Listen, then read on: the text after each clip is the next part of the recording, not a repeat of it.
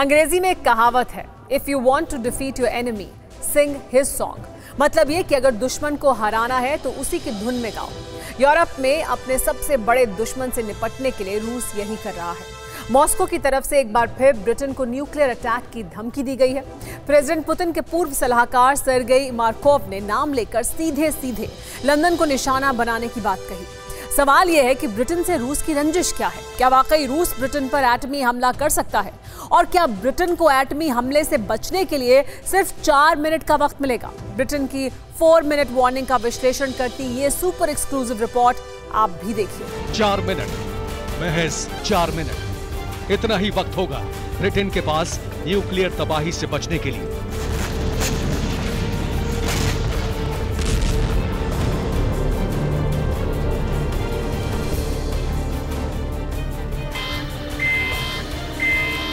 Ten seconds.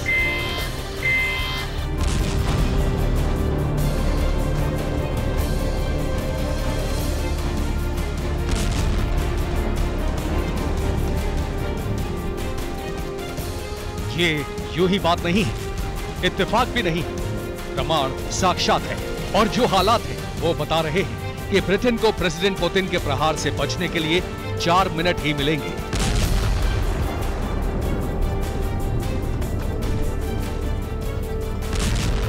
ये हम नहीं कह रहे, अंग्रेजों के मुल्क को खौफ ज़दा करने वाली ये खौफनाक खबर अमेरिका से आई है।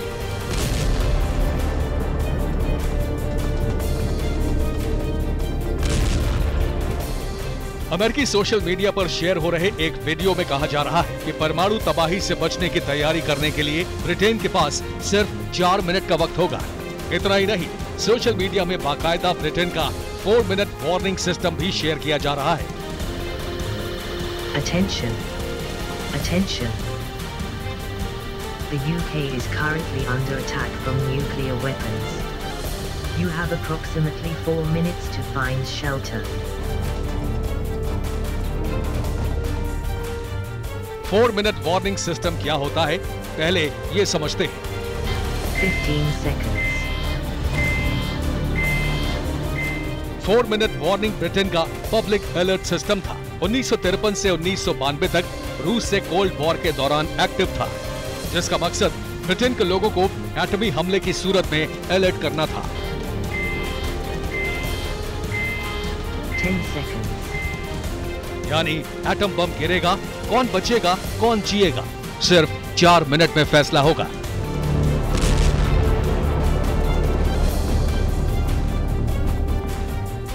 ब्रिटेन पर न्यूक्लियर अटैक की आशंका को लेकर आई खौफनाक खबर के बाद से ही दुनिया भर में हड़कंप है।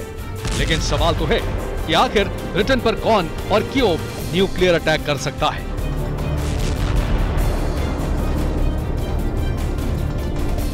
जवाब मॉस्को से लंदन आई न्यूक्लियर अटैक की धमकी है।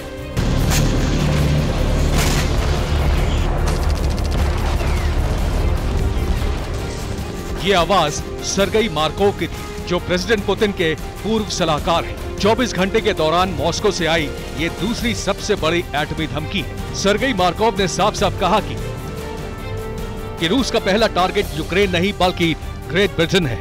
ब्रिटेन के शहरों को निशाना बनाया जाएगा। ब्रिटेन ने यूक्रेन को उकसाना बंद नहीं किया तो लंदन तक हमला करेंगे।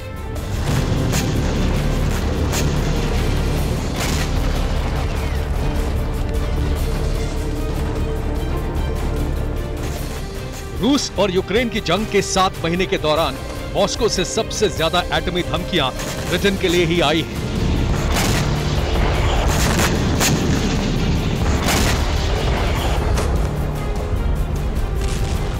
लेकिन अब मसला सीरियस हो चुका है। ब्रिटेन को भी एहसास हो चुका है कि पुतिन एंड कंपनी की धमकियों को हल्के में लेना भारी पड़ सकता है। लेकिन गंभीर सवाल यह है कि क्या वाकई रूस ब्रिटेन पर न्यूक्लियर अटैक कर सकता है? प्रेसिडेंट पुतिन का पारा ब्रिटेन को लेकर क्यों हाई है? क्यों माना जा रहा है कि यूक्रेन के साथ ही रूस ब्रिटेन पर भी हमला कर सकता है? यहाँ तक कि रूस और ब्रिटेन एक दूसरे पर परमाणु बम गिराने की धमकियां दे रहे हैं।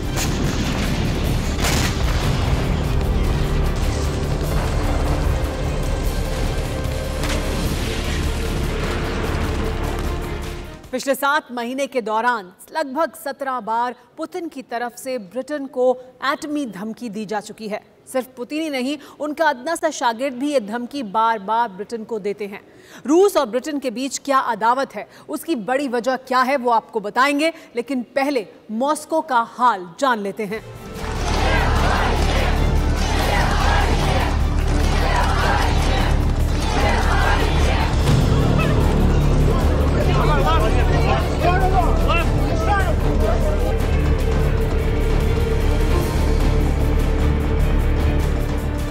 मॉस्को में कोहराम मचा है। पुतिन ने जंग के मैदान में कूच करने को क्या कहा, रूसियों को यूक्रेनी मिसाइलें डराने लगी। पुतिन के देश में शहर शहर हंगामा हो रहा है।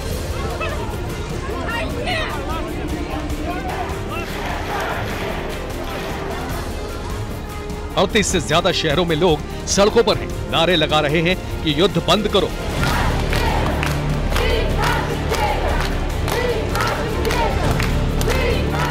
पुतिन के फैसले से नाराजगी इतनी है कि रूस के कई शहरों में गृह युद्ध जैसे हालात हो चुके हैं। वजह क्या है, ये भी जान लीजिए।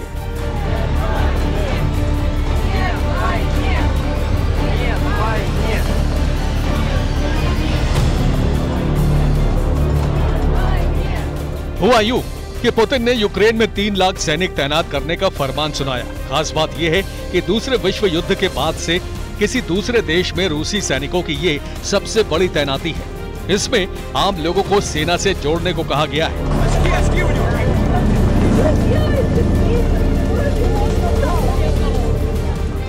बस फिर क्या था, बड़ी बड़ी डींगे हाँकने वाले रूसियों की देशभक्ति की पोल खुल गई।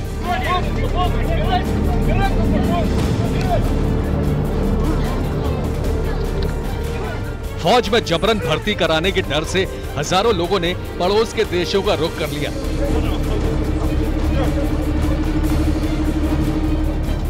Latvia, Lithuania, Moldova, Georgia, Armenia, Kazakhstan जैसे देश पूर्व सोवियत संघ का हिस्सा है। इन देशों में जाने के लिए रूसियों को वीजा की जरूरत नहीं पड़ती है। इसीलिए पुतिन के फरमान के बाद से ही हजारों लोग इन देशों की तरफ कूच कर चुके हैं।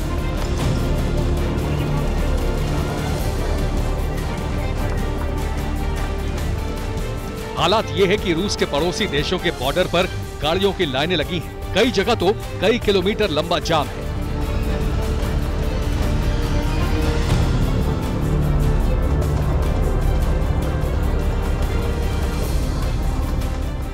पुतिन ने रूसियों को यूक्रेन जाने को कहा तो रूसी यूक्रेन के बजाय कजाकिस्तान पहुंचने लगे।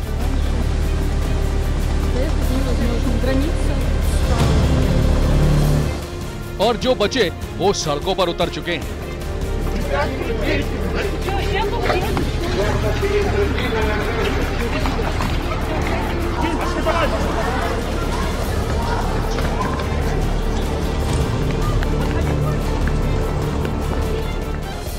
रूसियों से जब पूछा गया कि यूक्रेन में युद्ध लड़ने जाओगे तो वे क्या बोले, खुद सुनिए।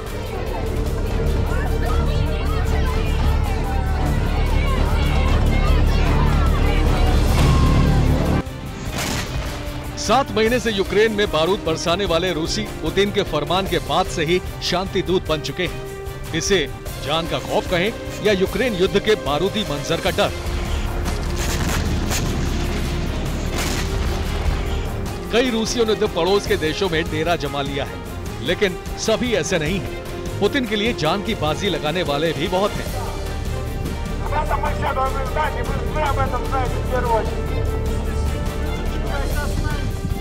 ये तस्वीरें रूस के पूर्वी इलाके की हैं, जहां से पूर्व सैनिकों और वॉलंटियर्स को यूक्रेन भेजा जा रहा है। इसके लिए बड़ी तादाद में लोग पहुंच भी रहे हैं, जिन्हें विदा करने परिवार वाले भी पहुंच रहे हैं। यूक्रेन भेजने के लिए 18 साल से बड़ी उम्र के रूसी नागरिक होंगे। रूस की सेना से रिटायर फौजियों को भी यूक्रेन भेजा जाएगा। जंग के मैदान में जाने से पहले सभी को 2 हफ्ते की वॉर ट्रेनिंग दी जाएगी। एक और जरूरी बात यह भी है कि 16 से 60 साल के लोगों को रूस के बाहर जाने पर रोक लगा दी गई है।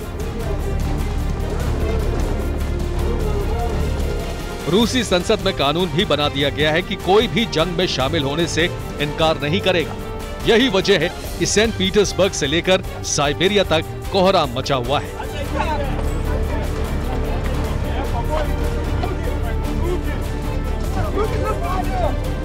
3 लाख सैनिक भेजने के बाद भी अगर पुतिन यूक्रेन को जीत नहीं पाए, अगर उन्हें बड़ी जीत हासिल नहीं हुई तो क्या होगा?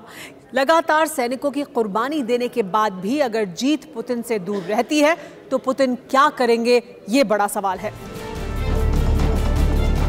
पुतिन के पास फिर यही आखिरी विकल्प है जो ऐसी तबाही लाएगा जिसके बारे में कोई सोच भी नहीं सकता है।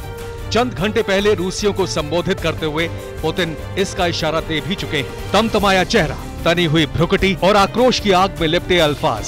प्रेसिडेंट पुतिन ने नाम भले ही नहीं लिया, लेकिन इशारा अमेरिका और ब्रिटेन की तरफ ही था, क्योंकि यही 2 मुल्क हैं जिन्हें रूस वर्तमान ही नहीं भूतकाल से दगाबाजी का जिम्मेदार मानता है।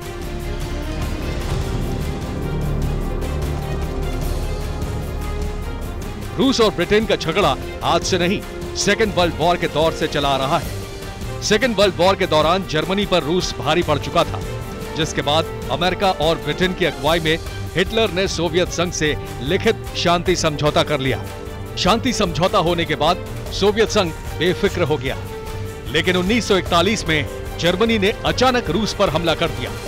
शांति समझौता होते हुए भी जर्मनी के हमले से रूसी हक्के बक्के रह गए। तब दुनिया के लीडर कहे जाने वाले अमेरिका और ब्रिटेन मुंह बंद कर इधर उधर दुबक गए, ठीक उसी तरह जैसे मौजूदा वक्त में नेटो देश यूक्रेन की बर्बादी का तमाशा देख रहे हैं। लेकिन रूस 83 साल में भी पश्चिमी देशों की दगाबाजी को नहीं भूला है। इसीलिए यूक्रेन के बहाने रूस तारीख के पन्नों से ब्रिटेन की दगाबाजी की धूल एटमी धुएं से साफ करना चाहता है। लेकिन ब्रिटेन में 4 मिनट वाला खौफ क्यों है? जवाब है रूस की सरमत मिसाइल। रूस का दावा है कि सरमत मिसाइल को कैलिनिनग्राद में तैनात किया जाएगा। दावा यह भी है कि कैलिनिनग्राद से सरमत मिसाइल 106 सेकंड में बर्लिन तक पहुंच सकती है। इसी तरह पेरिस तक पहुंचने में सिर्फ 200 सेकंड तो लंदन तक 202 सेकंड में अटैक कर सकती है।